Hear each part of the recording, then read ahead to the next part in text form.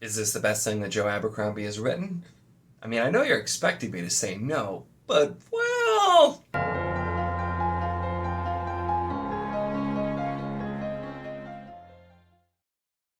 Hello and welcome to my channel.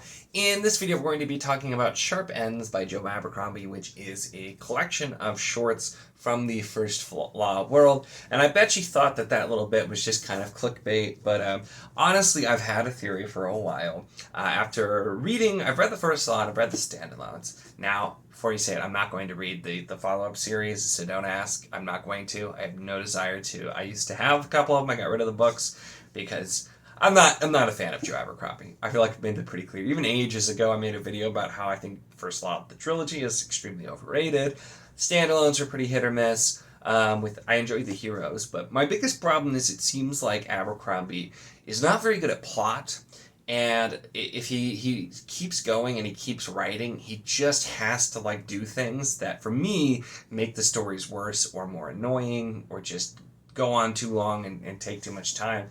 So I've been curious, what about short stories? Because there is a chapter in The Heroes, which I think is probably the best thing he's ever written, which is following the chain of command of orders being given. It reads like a short story. It was phenomenal. And so that made me wonder, I'm like, well, what if he just wrote shorts? And so even though this is actually the last Joe Abercrombie book that I own, I'm probably going to unhaul it after this video anyway, but I wanted to give it a shot and try it out because this is a collection of shorts. And this is kind of a mixed bag, and I will say as well that this does, the bulk of this follows the character Chev over different periods of time. That character has the longest passages and has several. But this does go over a kind of back and forth through time and follows some different characters. Some of it showing backstory of characters, some of it showing things that were happening off screen during some of the parts of the main books. And the stories do range from very good to all right to just generally kind of, it's all right. And so, is this really the best thing he's written? Maybe not. But I do feel like the fact that this was done via short stories, even if it was like a serial short story, like with the one character that continued, I feel like it was a bit stronger because he didn't have long enough to do the things that personally kind of annoy me. And now I know a lot of people are Abercrombie fans, so maybe you're like, what the heck are you talking about? And there are several, but one particular thing is Abercrombie's just... his penchant for just beating you over the head with sarcasm and just making sure you get the point that you very obviously got, and in some cases spent an entire book reading and understood the point entirely.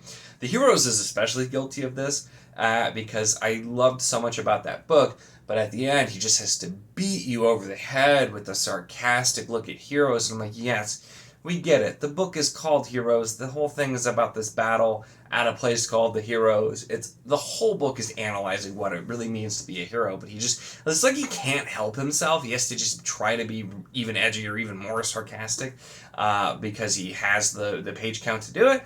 And so doing the short story method kind of worked. The first one in here shows a young Glokta before the events happened that made him the way he is in First Law, and it was interesting the way it was done. It still feels very Joe Abercrombie. He does like to repeat certain phrases and ideas and things, and there is still plenty of very crude humor, which I'm sure he thinks is funnier than it is. But granted, a lot of other people tend to like it too, and I know humor is subjective, so I just mostly like to get... I know some people are going to be watching this and really mad at me for me talking negatively about Joe Abercrombie, because that always happens, but it's just kind of fun. And I am doing this all in good fun. I don't think Abercrombie's a terrible author or anything. I don't care for his work for the most part. I think he's very talented in some areas and not very talented in other areas. And that's something that can change and get better, but his style in general just, I think, is part of what I don't like, some things that he does, and so that's where I don't think he's going to be for me. But I think this worked well. And some of the stories, too, this is the kind of thing that you're going to get more out of it if you've read the trilogy and the standalones, for sure, because this isn't just following random other characters and showing you kind of an outside look. This is mostly characters that you would have already seen, or seen somewhat, or they were maybe peripheral characters, things like that.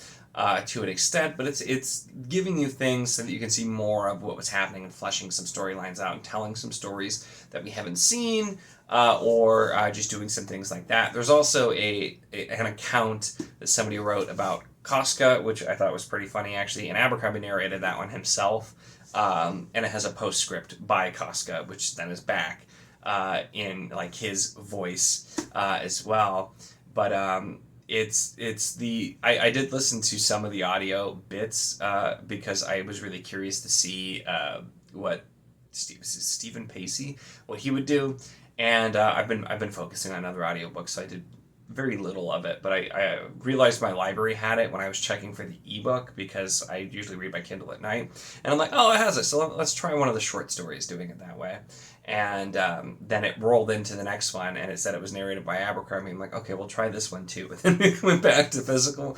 But so it was decent, and I didn't dislike this. It did still have some of the Abercrombie feel, but I honestly feel like the short story format is something that he's very good at, because the point I was trying to make before I rambled super off topic was, you could read this and not specifically know the background and still kind of enjoy it, because you can get what he's going for. Like when he's talking about characters, even if this is your first introduction to them, you very quickly get through the short story narrative who they are, what's going on, why people feel this way.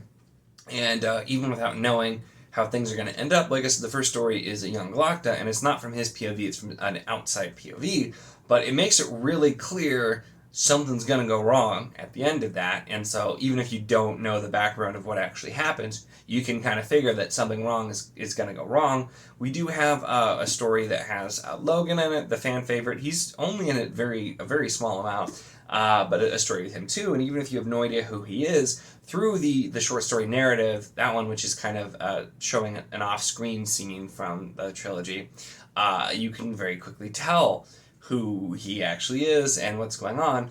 And it does the interesting thing of giving you some different POVs around some of those well-known characters to kind of see that perspective, as well as just fleshing out some other things. So I think this was solid. I think if you're a fan of Abercrombie and the First Law world, this is definitely something that you'd want to read, because it's a pretty decent time. But honestly, if you kind of just want to find out what Abercrombie is, I personally don't think that this really does anything to spoil anything. I guess that's not entirely true, because it does reference some events after things that have happened, so it would kind of tell you some things, like specifically, I think this does technically spoil Best Served Cold, although for the most part, I don't feel like it really spoils any of the other stuff, and I could be wrong, but anyway, it was an interesting time, and I think, like I said, kind of wherever you read this, I don't think Abercrombie spoilers are probably not that big of a deal with him too, because you usually can tell the big plot points at least where they're going, but it was an interesting read. I don't regret reading it. I am going to unhaul it, yes, because I don't have any of his other books, and this isn't something I'm going to reread, but I'm not mad that I read it, and that's probably as good as I can get with Abercrombie, since I have kind of a contentious relationship with him. That's really it, though, for this one, so let me know your thoughts if you've read this, or if you just disagree with everything I said about Abercrombie in general. Always fun to have those conversations in the comments. Make sure to give the video a like if you enjoyed it. Check the link in the description, as always, for the Wizardly Enclave Discord if you want to chat books, whether this book, other books, any books, really anything at all. It's a lot of fun, and we'd love to have you. And, of course, if you enjoy my content, make sure to subscribe.